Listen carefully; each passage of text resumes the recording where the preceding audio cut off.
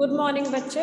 Like I told you that cost refers to the expenditure which is incurred on the purchase of factor inputs as well as non-factor inputs used for the production of goods and services. जब भी हम goods and services को produce करते हैं तो उसके लिए हमें कुछ खर्चा करना पड़ता है. वो खर्चा फैक्टर इनपुट्स के भी ऊपर करना पड़ता है, जैसे लेबर को वेजेस देनी पड़ती हैं, लैंडलॉर्ड को रेंट देना पड़ता है, ठीक है. नॉन फैक्टर इनपुट के ऊपर भी करना पड़ता है, जैसे कि हमें बिजली का बिल भरना पड़ता है, हमें रॉ मटेरियल की पेमेंट करनी पड़ती है सप्लायर को. तो ये सारा खर्चा मिला के इसको हम क्या नाम देते हैं इकोनॉमिक्स में? Ma'am yes ma'am screen clear नहीं है. यस मैम स्क्रीन आपकी क्लियर नहीं है, आपकी बोर्ड क्लियर नहीं नजर आ रहा. और किसी को कोई प्रॉब्लम बेटे? Board it's not clear?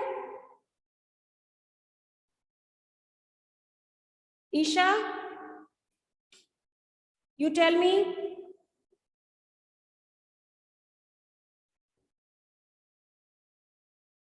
अब देखो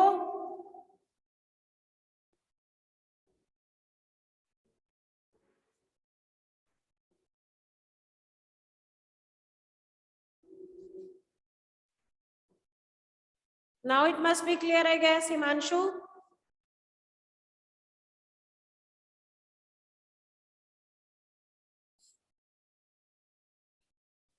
okay, so now in economics whenever we estimate cost we take into consideration both the elements of cost, explicit cost and implicit cost. अब explicit cost और implicit cost मतलब economics में cost जो है it is a sum total of explicit cost and implicit cost. explicit cost एक example से हम समझते हैं, ठीक है. मेरी एक प्रोडक्शन फैक्ट्री है मेरी, मैंने 10 वर्कर लगाए हुए हैं. जब वो घर को काम करके जाते हैं तो मैं उनको 5,000 रुपए वेजेस पे करती हूँ, ठीक है. ये जो 5,000 रुपए हैं ये मैंने पे आउट किए हैं, आउटसाइडर्स को पे किए हैं उनकी सर्विसेज या उनके गुड्स के बदले, ठीक है. इनको कहा जाता है, इसको कहा जाता है explicit cost. Cost which is made to the outsiders. लिख लीजिए, explicit costs are the cash payments. If it is not visible, you write it down. Explicit costs are the cash payments. Cash payments made by the firm to the outsiders. To the outsiders. For the purchase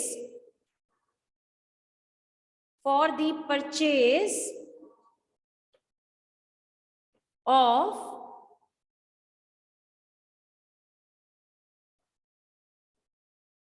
goods and services. For the purchase of goods and services. For example, wages paid to the labor, rent paid to the landlord,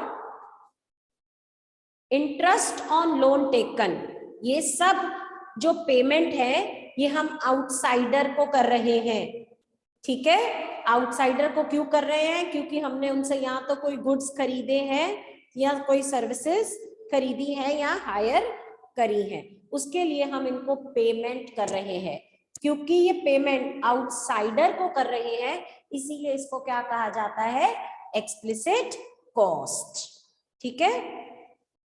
These costs are also known as direct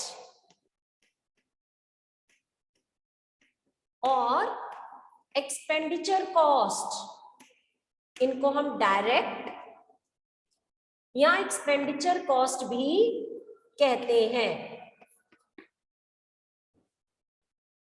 ठीक है. अब next लिखिए implicit cost.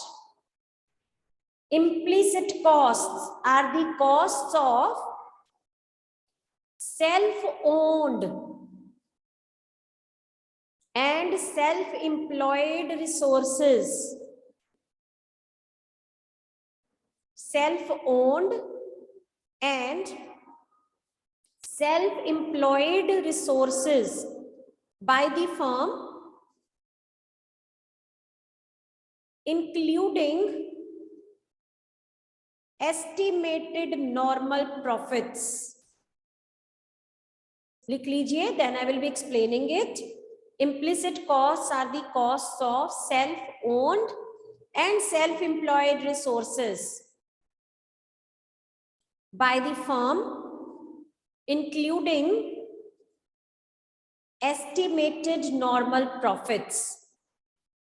For example, rent on entrepreneur's own land,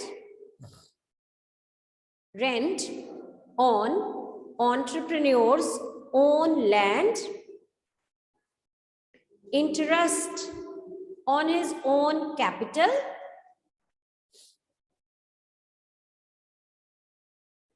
wages of his own labor, wages of his own labor.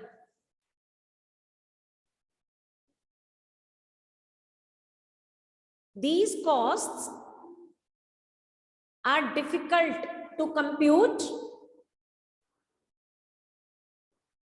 as these do not involve cash payments, as these do not involve cash payments. These are also known as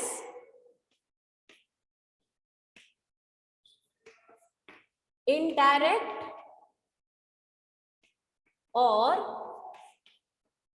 non-expenditure cost, also known as indirect or non-expenditure cost. ठीक है बच्चे, समझ लीजिए. अब implicit cost क्या है? देखो, एक प्रोड्यूसर है, उसने क्या किया, उसके पास अपना एक लैंड पड़ा हुआ था, उस लैंड के ऊपर उसने प्रोडक्शन करनी शुरू कर दी. उसके लिए उसने 10 लेबर काम पे लगाए, रॉ मटेरियल सप्लायर से मंगवाया, ठीक है. कुछ उसने पैसे उधार लिए, कैपिटल बोरो की, जिसके ऊपर वो इंटरेस्ट पे कर रहा है, ठीक है. और इन लेबर के साथ साथ वो खुद अपने काम को भी मैनेज कर रहा है, इनके साथ साथ वो भी काम कर रहा है अपने यूनिट में, ठीक है. अब देखते हैं ये जितने वो यूनिट्स प्रोड्यूस कर रहा है, उनको प्रोड्यूस करने के लिए उसका टोटल खर्चा, कॉस्ट कितनी आई, ठीक है. 10 लेबर उसने लगाए, उनके लिए उनको 5000 वेजेस उसको देनी पड़ती हैं. रॉ मटेरियल उसने मंगवाया, ये रॉ मटेरियल 5000 रुपए का आया, ठीक है. जो उसने लोन लिया है उसके ऊपर उसको एवरी मंथ से 5000 इंटरेस्ट पे करना पड़ता है. तो अब आप मेरे को बताएंगे, आप में से कोई भी एक स्टूडेंट मेरे को बताए कि जो उसने प्रोडक्शन करी है उसमें उसका एक्सपेंडिचर कितना आया, टोटल उसने कितना एक्सपेंडिचर इनकर किया, कितनी कॉस्ट आई. क्योंकि कल को उसको ये गुड्स बेचने हैं, तो उसको अपनी कॉस्ट में कुछ प्रॉफिट मार्जिन ऐड करके ही बेचने हैं, तो इसके लिए उसको कॉस्ट एस्टिमेट करनी पड़ेगी. Can you tell me the cost incurred by the producer in producing से 100 यूनिट्स. ये उसने 100 यूनिट्स प्रोड्यूस कर लिए, मुझे 100 यूनिट्स की कॉस्ट जाननी है. आप में से कोई बता सकता है कितना टोटल खर्चा आया उसका? 5,000 लेबर को दिया, 5,000 का रॉ मटेरियल आया, 5,000 का इंटरेस्ट पे आउट किया, ठीक है, 15,000. ओके, हर्षिका इज सेइंग कि 15,000 उसका खर्चा आया. She is right, but this is only the explicit cost. That is the cost which is paid to the outsiders. Basically, cost क्या होती है?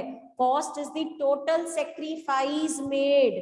अब आप ये देखिए, जिस लैंड के ऊपर ये प्रोड्यूसर आउटपुट प्रोड्यूस कर रहा है, ये लैंड उसकी अपनी लैंड है ना. अगर वो किसी और को ये लैंड रेंट पे देता तो उसको 10,000 रुपए इसके ऊपर इनकम आती. लेकिन उसने क्या किया, उसने ये लैंड किसी और को किराए पे नहीं दिया, उसने अपना काम इसके ऊपर करना शुरू कर दिया. तो जब उसने इस लैंड को अपने प्रोडक्शन यूनिट में यूज किया तो उसको 10,000 रुपए का रेंट जो वो अर्न कर सकता था वो सेक्रीफाइस करना पड़ा.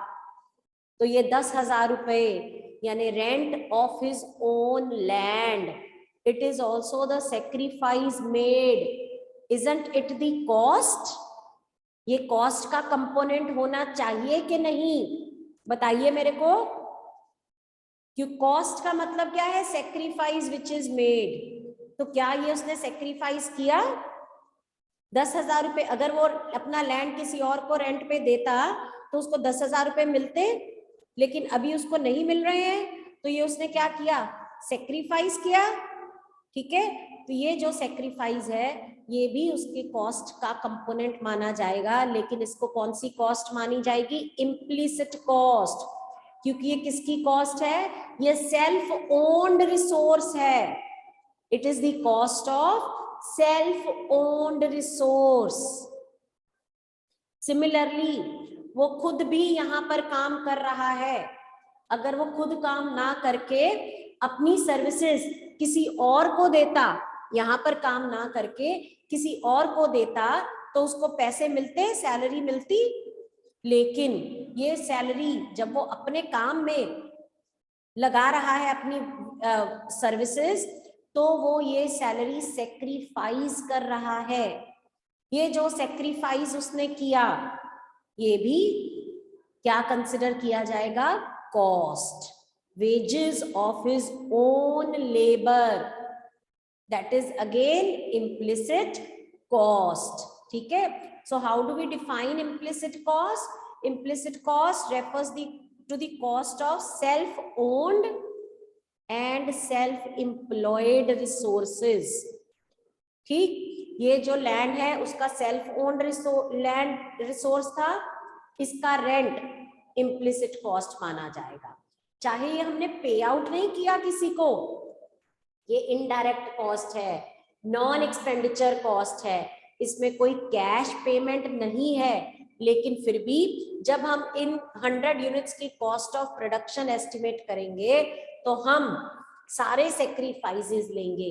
15,000 सेक्रीफाइसेस, 5,000 हमने लेबर को दिया, 5,000 हमने रॉ मटेरियल दिया, 5,000 हमने इंटरेस्ट दिया. ठीक है, इसके अलावा और हमारा सेक्रीफाइस क्या हुआ? 10,000 रुपए का जो हमने रेंट, अगर हम लैंड किसी और को देते तो हमें 10,000 रुपए रेंट मिलता, तो ये भी हमारा सेक्रीफाइस है. फिर हम खुद अपने काम पे अपनी सर्विसेज ऑफर कर रहे हैं. अगर हम ना सर्विसेज ऑफर करते, अपने काम को कहीं और पे जाके अपनी सर्विसेज ऑफर करते तो हमें वहां पर 5,000 रुपए मिलते. ये भी हमने सेक्रीफाइस किए. ठीक है, लेकिन इनमें कोई कैश पेमेंट नहीं हुई. ये जो कॉस्ट है ये सेल्फ ओन्ड रिसोर्सेज की या सेल्फ एम्प्लॉयड रिसोर्सेज की कॉस्ट है. तो इसको हम क्या कहते हैं? Implicit cost. इसको एस्टिमेट करना तो इजी है क्योंकि ये तो कैश पेमेंट है, ये तो पॉकेट से निकले हुए हैं. लेकिन ये वाले पैसे पॉकेट से नहीं निकले हैं, तो इनको हमें एस्टिमेट करना पड़ता है, इंप्यूट करना पड़ता है.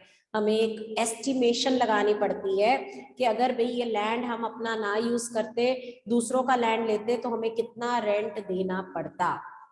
अगर मैं अपनी वेजेस अपनी सर्विसेज अपने वर्क काम में नहीं देती, किसी मैनेजर को अपॉइंट करती, तो उसको मुझे कितनी वेजेस देनी पड़ती। ठीक है, इस तरह से हम इसको इम्प्यूट करते हैं। सो in the end we can write, so total cost is the sum total of explicit cost and implicit cost. तो implicit cost की examples पता चल गई आपको, rent on own land, wages of own labor, interest on own capital। अगर हमारी अपनी capital है, हमने बैंक से लोन ना लेके अपनी कैपिटल अपनी सेविंग्स यूज की हैं, ठीक है, तो उसके ऊपर जो इंटरेस्ट बनता है, interest on own capital, that is also considered as a component of implicit cost. ठीक है, so that's all for today बेटे।